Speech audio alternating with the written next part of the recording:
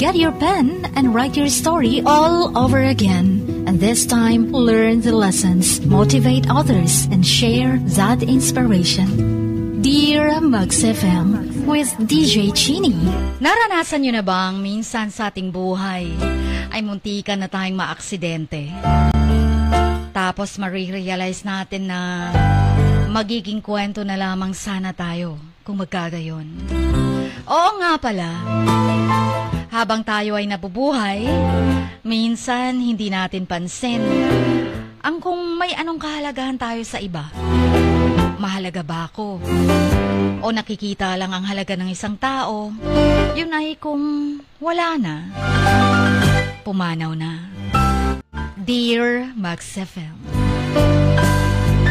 isang mapagpalang hapon sa lahat ng nakikinig, Jean. Hindi ko na patatagalin ang kwento ko. Naengganyo ako magpadala ng liham, kababalaghan, ukol sa aking karanasan tungkol sa bangungot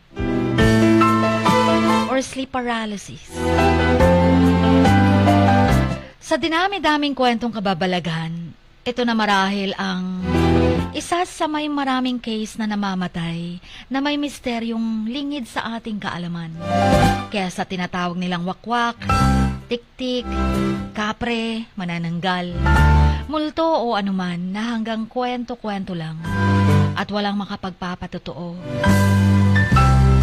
Pero ang bangungot, ano nga ba para sa inyo ito? Nung nakaraang taon ko pa sana ito babahagi, pero napagtanto kong ngayon na lang. Ito kasi yung kabuuang kwento sa nangyari sa akin sa pag-duty ko sa tech doon sa dati niyong booth station sa Orange Building.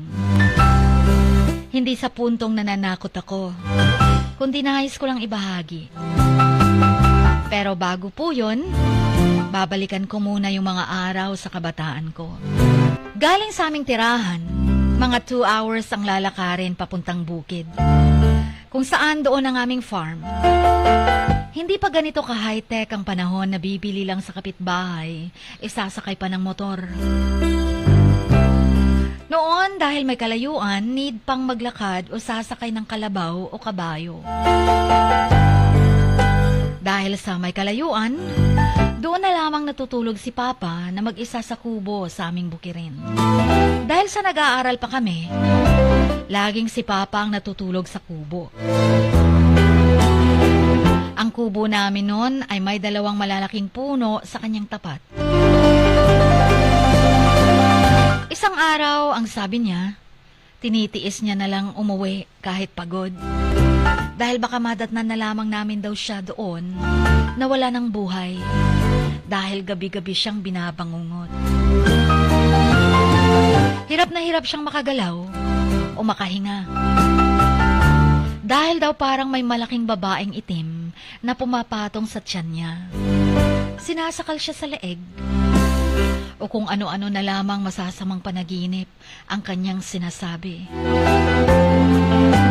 Buti na lang daw sa kanyang pagpupumiglas ay nadaganan niya ang mga bagay sa sahig, kaya siya nagising. Mga kamak, sa mura kong edad na curious ako. Ano ba ang bangungot? Gaano ba ito katotoo? May nagsabing nangyayari ito pag tayo ay sobrang pagod o over-fatigue. Yung feeling mo na nakapikit ka o nakatulog ka, pero gising pa ang isipan. May iba namang nagsasabing sanhi ng sobrang daming iniisip, o may problema, o sakit. Isang gabi sa aming bahay mismo, dahil ang bahay namin ay may 2 palapag. Yun kasi ng uso noon, kahit yari lang sa kawayan ng sahig.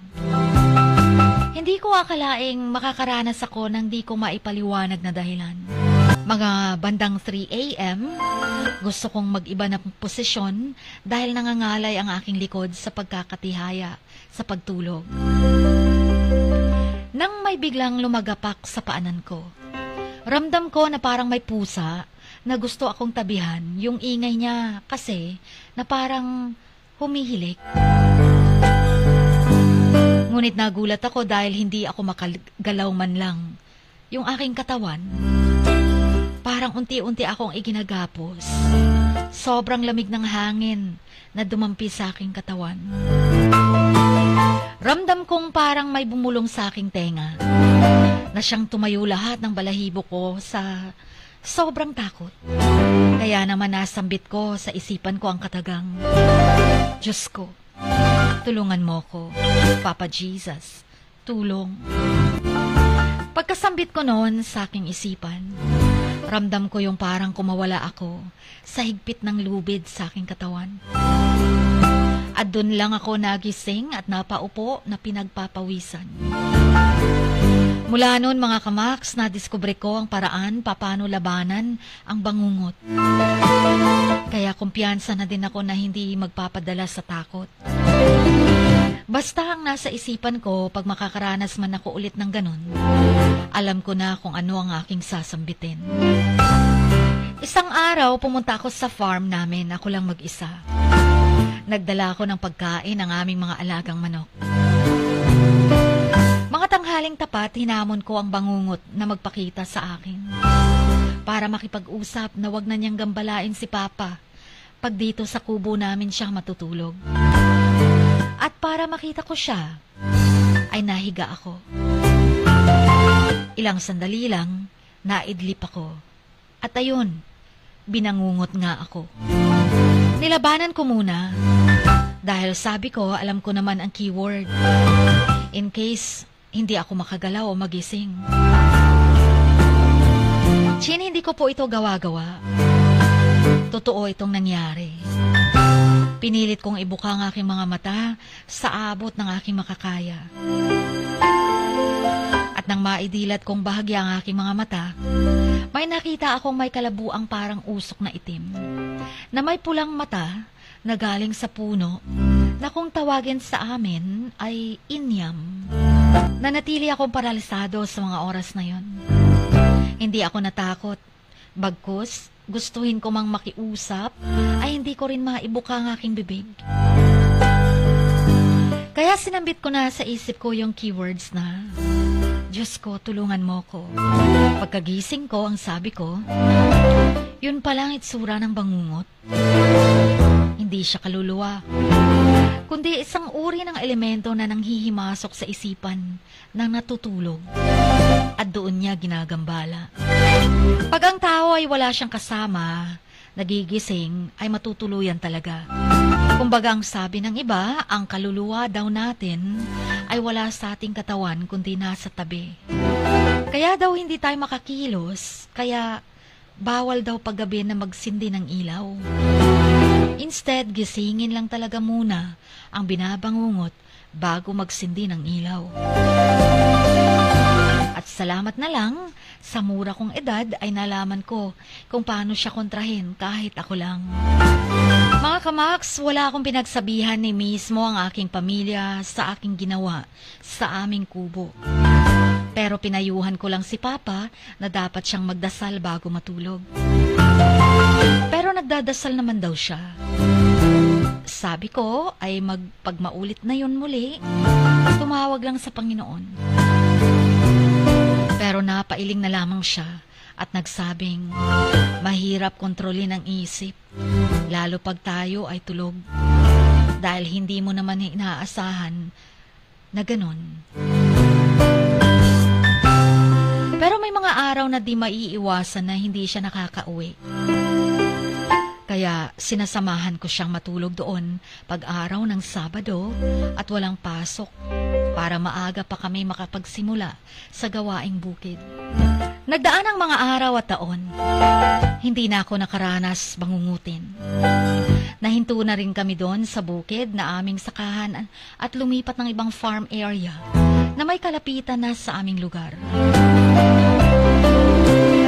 Hanggang sa nabura na yon sa isip ko ang mga ganyang bagay. Ngunit sa paglipas pa ng maraming taon, hindi ko inaasahan na mangyayari ulit yun nung nagkataon na sumubok akong maging technician sa station. Taong August 2024. Ganito kasi yun. Isa na akong lay co-operator, kaya sa unang sabak sa trabaho, lalo pag stay-in, nagdala ako ng holy water sa bag.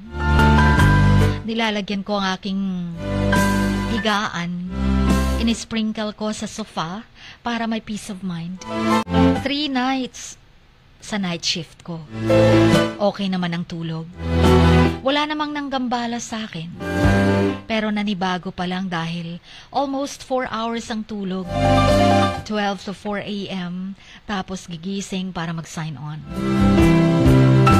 Pagka 7 a.m., babiyahe pa uwi ng almost 20 kilometers. Pagka-4 na gabi, ganito na ang senaryo.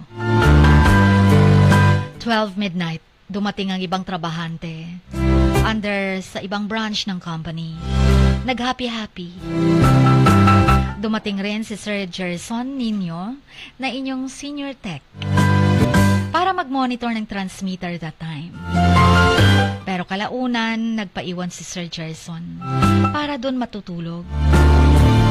Laking tuwa ko kasi may kasama akong matutulog. At doon siya humiga sa sofa na hinihigaan ko. Ako naman humanap ng diskarte sa upuan para makapagpahinga.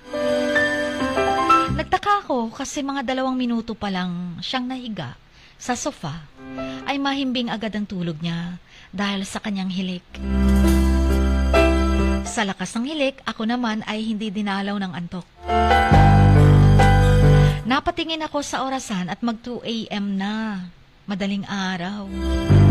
Sabi ko, pipilitin ko na talaga ang mata kong matulog.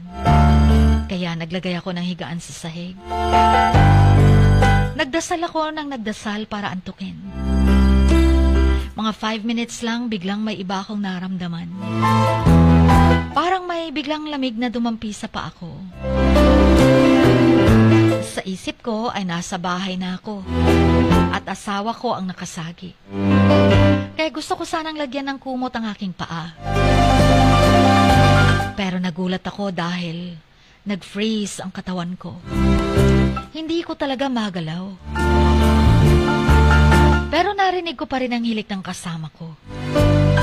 Pero biglang parang may pumatong sa mapa ako at paunti-unting umaakyat.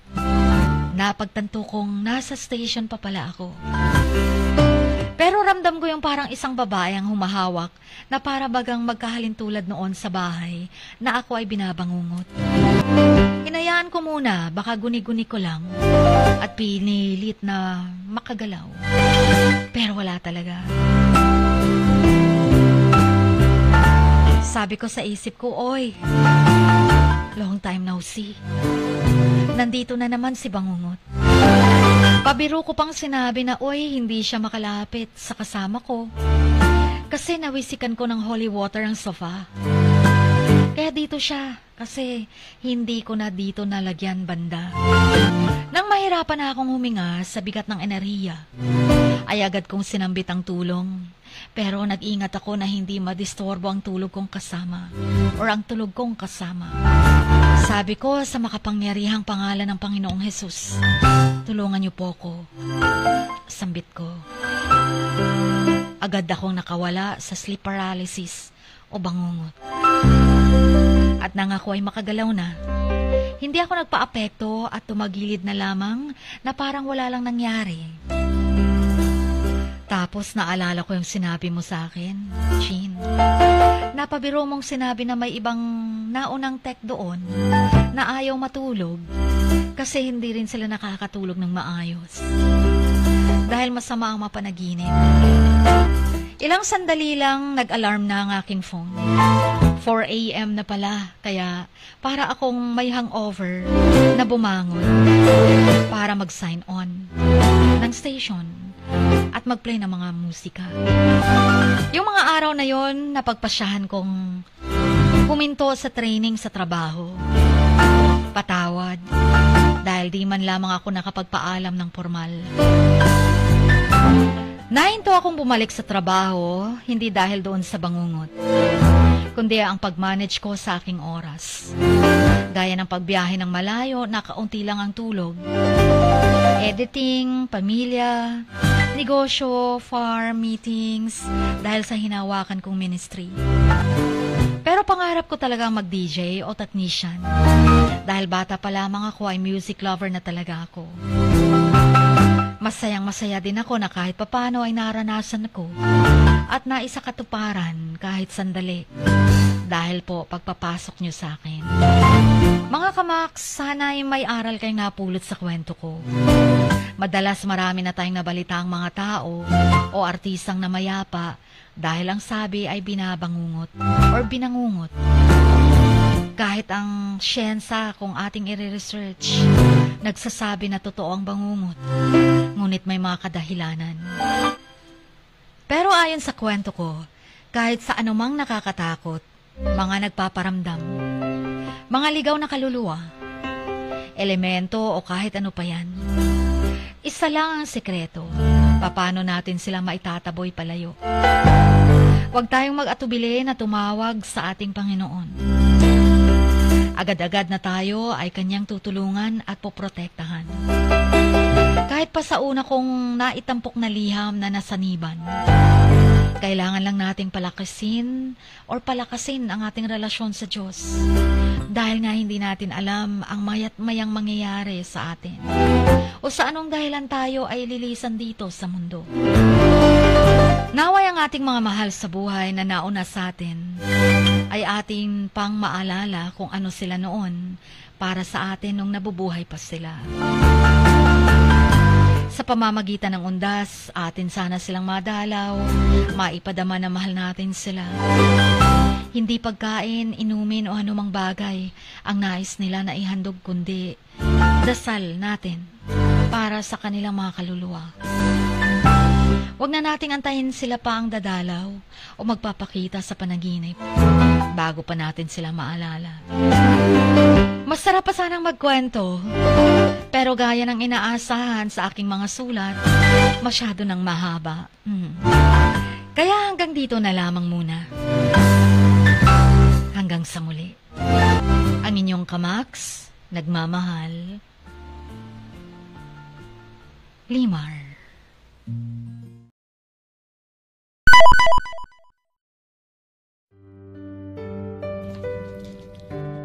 Sa bawat pagluha mo, may nakatagong kwento. Sa bawat ngiti mo, may gustong sabihin ang puso mo. At sa likod ng iyong halakak at maging sa pagkabiko mo, may mensaheng nakabalot sa iyong pagkatao. At ang tanging nais mo lamang ay mapakinggan ang mga ito ng buong mundo. Dear Mugs FM with DJ Chini. Life has got all those twists and turns. Stand up for what you believe in. What lies behind you and what lies in front of you pales in comparison to what lies inside of you. Dear Mugs FM with DJ Chini. Sabi nga nila, ang pagsusulat kapag masyado mong diniinan hanggang sa susunod na pahina ay nagmamarka. Katulad ng pagmamahal, kapag masyado mong ibinigay ang lahat, yung sakit na gawa ng nakaraan, dala pa rin hanggang kasalukuyan. Dear Mugs FM, you own your story and you are the author of your own book of life. Don't let others write your script, but let others hear your story and make them inspired. Kaya sumulat na, maging bahagi ng aming programa. Dear Mugs FM with DJ Chini tuwing Lunes hanggang Biyernes, 1:00 hanggang 3:00 ng hapon sa Max News FM, Sock Sargent.